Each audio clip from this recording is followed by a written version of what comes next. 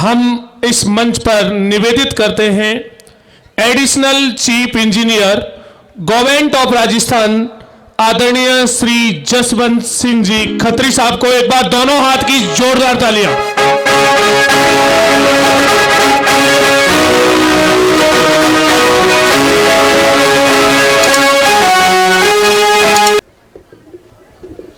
सम्माननीय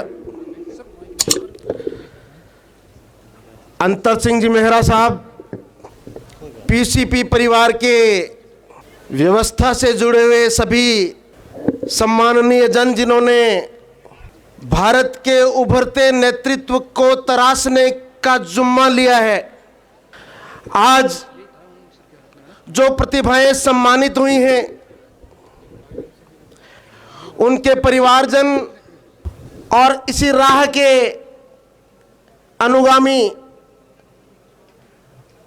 प्यारे बेटे बेटियों, मैं जो बात कहने जा रहा हूं उसमें सफलता की चकाचौंध नहीं होगी। उसमें एक दिशा है, वो है सार्थकता की।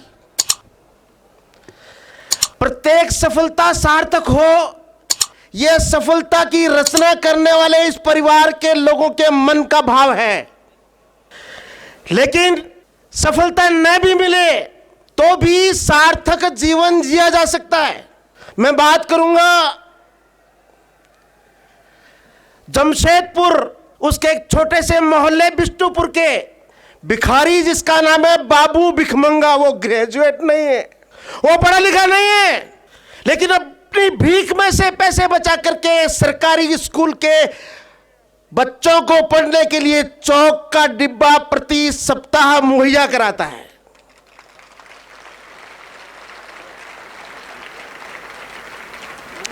मेरे सार्थकता का चरित्र मदुरई का फिर वही भिखारी है, पॉल पांडियन। यह पॉल पांडियन अपनी भीख में से पैसे बचा करके वहां के कलेक्टर महोदय को कोरोना के अंदर 90,000 रुपए दे रहा है। मेरी सार्थकता का विषय है मिस्टर एन कृष्णन। अंतर सिंह जी ने कहा कि केवल नौकरी की तरफ ध्यान नहीं देना, नौकरियों को देने वाले समूह का हिस्सा बनना। मिस्टर एन कृष्णन मदुरई का रहने वाला, जहां का मीनाक्षी मंदिर प्रसिद्ध है। मुंबई के सबसे बड़े होटल ताज, उसका चीफ शेफ है, मुख्य रसोईया। आज हालांकि डॉक्टर्स और इंजीनियर्स को सम्मानित किया जा रहा है, लेकिन समाज की और बहुत धाराएं हैं। मुझे बताया कल उनको बुलाया जाएगा। एन कृष्णन छुट्टियों में अपने गांव में आ रहा है। बहुत अच्छा लगा, गांव से निकली हुई प्रतिभाओं का सम्मान हो रहा है। गांव और गरीबी से निकल करके देश का नया नेतृत्व उभर रहा है। यह मदुरई की सड़क पर टहलने वाला N Krishnan, chief chef of hotel Taj, सड़क के किनारे विक्षिप्त, जिसके बाल उलझे हुए, कई दिनों से नहाया नहीं है, भूख से जिसकी पेट की आंतड़ियां पीठ को चिपक चुकी है। यहां इस अच्छे संभ्रांत समूह में नहीं बोलना चाहूंगा, लेकिन फिर भी कहूंगा, अब थोड़ा जायका बिगड़ सकता है। भूख से विक्षिप्त, कभी नहीं नहाया हुआ भिखारी अपने ही भूख के कारण से अपने ही शौच को खाने के लिए प्रवृत्त हुआ है। ये एन कृष्णन को हिला देता है। ये मेरा भारत है। मैं जहां पर 50-50 हजार रुपए की थाली परोसता हूं, उसके भारत के फुटपाथ पर एक व्यक्ति भूख से इस स्तर तक गिर सकता है। वो चीफ शेफ की नौकरी को छोड़ करके रोज सवेरे उन फुटपाथों पर निकलता है। सवेरे वैरायटीज ऑफ फूड्स, तरह तरह के नाश्ते बनाता है और ऐसे ही विक्षिप्त भिखारियों को उनकी भूख मिटाता है, उनके बाल संवारता है, उनके शेव बनाता है। मनुष्य होने के नाते जो अब तक प्राप्त नहीं था, उनके साथ लेकर के आता है। N Krishnan Bikaner engineering college में मेरे घर पर रह के पढ़ा एक बालक, टॉपर अपनी कॉलेज का। पढ़ते पढ़ते ही गरीब बच्चियों को, जो साइंस की स्टूडेंट्स है, मैथ्स बायो पढ़ रही है, रिक्शा चलाने वाली, वेल्डिंग करने वाले माँ बाप की संतानें, बेटियां जो पढ़ने के लिए अच्छे कोचिंग इंस्टीट्यूट का हिस्सा नहीं बन सकती। वो उन बच्चियों को तैयार कराता है, पढ़ाई अपनी पढ़ाई के साथ साथ पढ़ा रहा है, और पढ़ाते पढ़ाए 100% सभी 42 बच्चियों का रजिस्ट्रेशन किया था उसने। 42 की 42 बच्चियों को फिजिक्स, केमिस्ट्री, मैथ्स में 75% से अधिक अंक दिलाता है हेमंत पटेल, विद्यार्थी है स्वयं।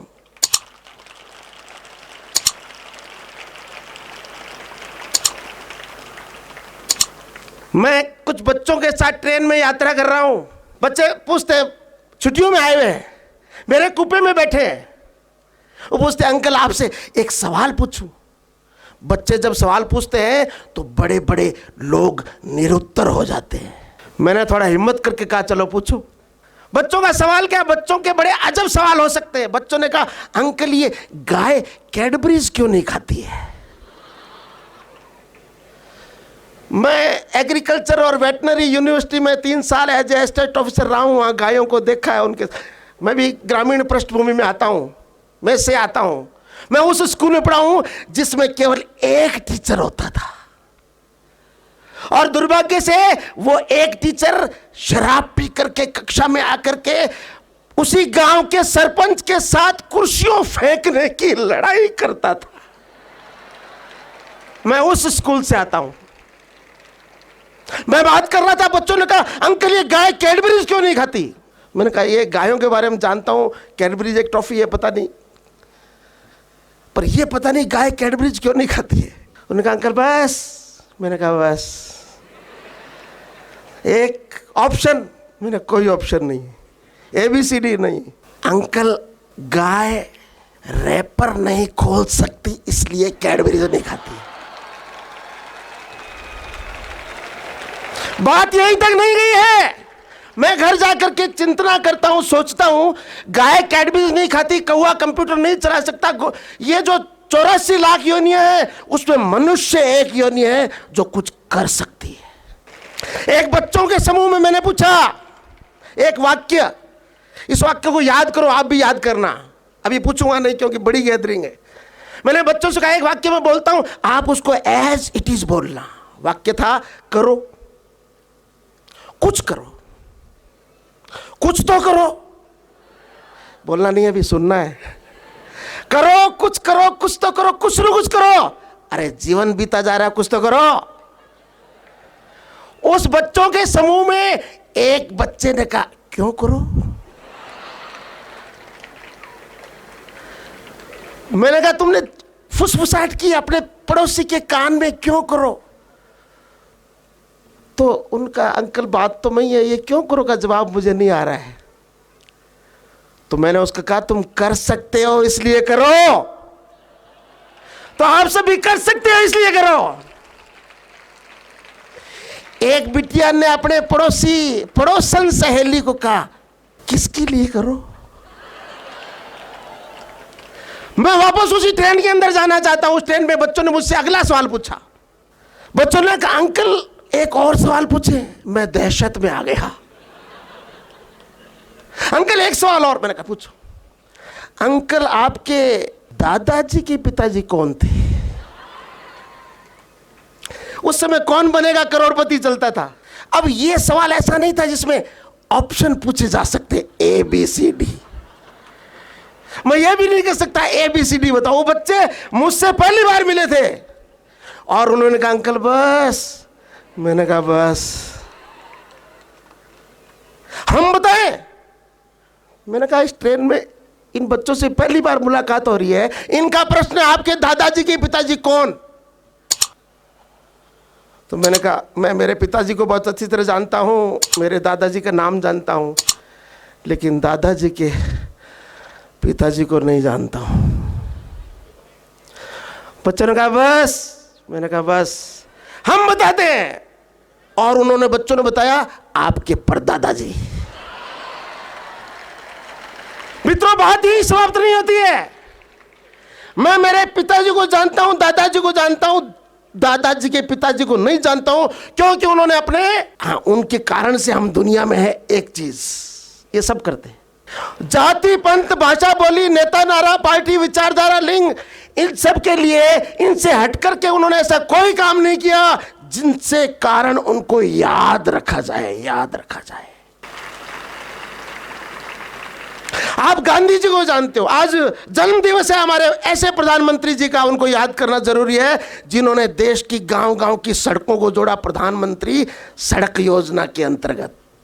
आज शिक्षा के उस महापुरुष का जन्मदिन है, उनको भी याद करना जरूरी है। मदन मोहन मालवीय एक एक रुपया इकट्ठा करके अपनी फटी हुई धोती को भी ठीक नहीं करना समाज के पैसे से, मोहन मालवीय जी का जन्म है। आज 21 तारीख से लेकर के आगे आने वाली 27 तारीख तक जिन्होंने अपना सर्वंस दान कर दिया, उन फतेह सिंह जोरावर सिंह जो नीवों में चुनवाए गए, उनको याद करने का भी दिन है। अजीत सिंह, जुझार सिंह, जिनको युद्ध में लड़ते हुए उन्होंने कुर्बानी दी, उनको भी याद करने का दिन है। लेकिन आपके लिए दो छोटी सी बात कह करके मैं मेरी बात पूरी करूंगा। एक स्कूल में एक कंपटीशन के एग्जाम में एक सवाल आया, write down 5 steps to kill the cock. एक मुर्गी बच्चे को मारने के लिए 5 स्टेप लिखो। देखो ये नंबरों का जमाना है, 99.9899 100% का जमाना है, और बच्चों ने तुरंत अटेम्प्ट किया। हर स्टेप के 2 नंबर है। टुक टुक करके उस मुर्गी के चूजे को बुलाएंगे, 2 में से 2, उसको दाना दिखाएंगे, 4 में से 4, उस पे हाथ फेरेंगे, 6 में से 6, उसकी गर्दन पकड़ लेंगे, 8 में से 8, और गर्दन मरोड़ देंगे, 100 में से 100, 10 में से 10। ये जो तथाकथित सफलता को प्राप्त करने की हवस है, इस हवस में से पेपर चुराए जा रहे हैं, इस हवस में से वाइस चांसलर ट्रैप किए जा रहे हैं, इस हवस में से हमारे ही कम्युनिटी के, आप भी इंजीनियरिंग कॉलेज से पढ़े, मैं भी इंजीनियरिंग कॉलेज से पढ़ा हूं, उससे पढ़े हुए लोग छात्राओं से नंबर के, बहुत दुखद है, बोल नहीं सकता। यह सफलता की कहानी है। इस सफलता की कहानी को सार्थकता की तरफ मोड़ना है। सफलता रहे जरूरी है। आगे आने वाला समय, ये जो भविष्य लिखने वाले भारत के हम सब युवा जो आगे बढ़ने वाले 1-2 साल में राष्ट्र की, भारत की तकदीर लिखने वाले लोगों में से हम सब हैं। हो सकता है सफलता के उच्चस्थ पायदान पे हम सफल नहीं हो, उसकी चिंता करने की जरूरत नहीं है। सार्थकता के प्रयत्नों पे ज्यादा ध्यान देंगे तो सफलताएं सार्थकताओं से प्रेरणा लेती है। सफलताएं भी सार्थकताओं से प्रेरणा लेती है। एक नेगेटिव बात है वो कह करके पॉजिटिव की तरफ लेके जाऊंगा। इस देश को गरीबों ने नहीं बिगाड़ा, अनपढ़ लोगों ने नहीं बिगाड़ा, टेक्नोलॉजी नहीं जानने वालों ने इस देश की स्थिति ये नहीं की। इस देश की ये जो दुर्दशा है, जिसके सिलेबस में ये एन प्रकार by hook and crook, by any means सफलता प्राप्त करना, आज का अखबार पढ़ेंगे तो रोना आता है। पूरी रात बस के अंदर से नकल टिपाई की योजना बनी है। दुर्दैव है ये प्रकार by any mean by hook and crook सफलता प्राप्त करना, यह देश को उस रास्ते पर नहीं ले जाएगा।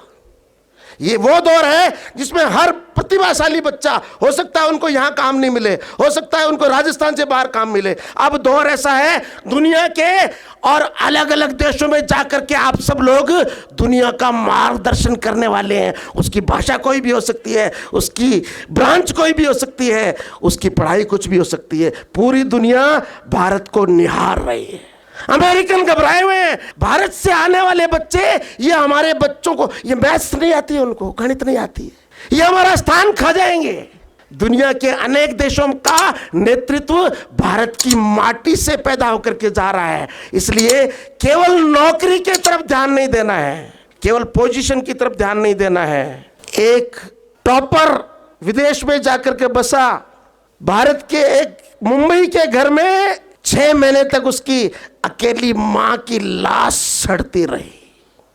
दुनिया में भारत के वस्त्र निर्माता रेमंड्स, इतने बड़े कारोबार के प्रमुख, उनके पिता और पुत्र का झगड़ा संपत्ति का है। पूरी दुनिया को कपड़े पहनाने वाले लोग। सफलता चाहिए, प्रतिभाएं चाहिए, लेकिन my country is my career, मेरा देश ही मेरा भवितव्य है, मेरा देश मेरा भवितव्य है। इस विचार को साथ डाल करके 2 वाक्य। एक सरफरी हवा चली, संभलना पड़ा मुझे, मैं आखिरी चिराग था, जलना पड़ा मुझे।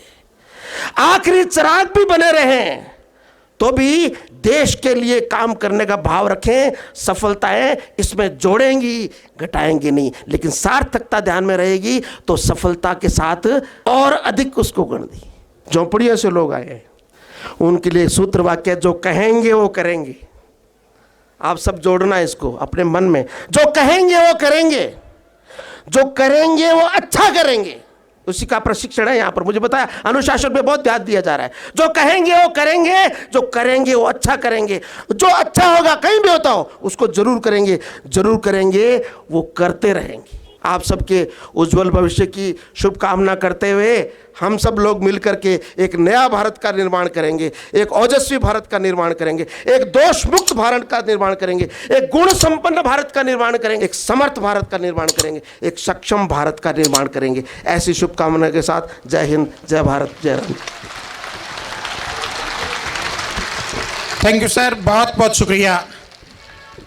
मैं तो ये कहूँगा कि खुद अपने आप में सिमटी हुई एक सदी है ये, इन्हें गौर से देखिए तो ज़िंदगी है ये।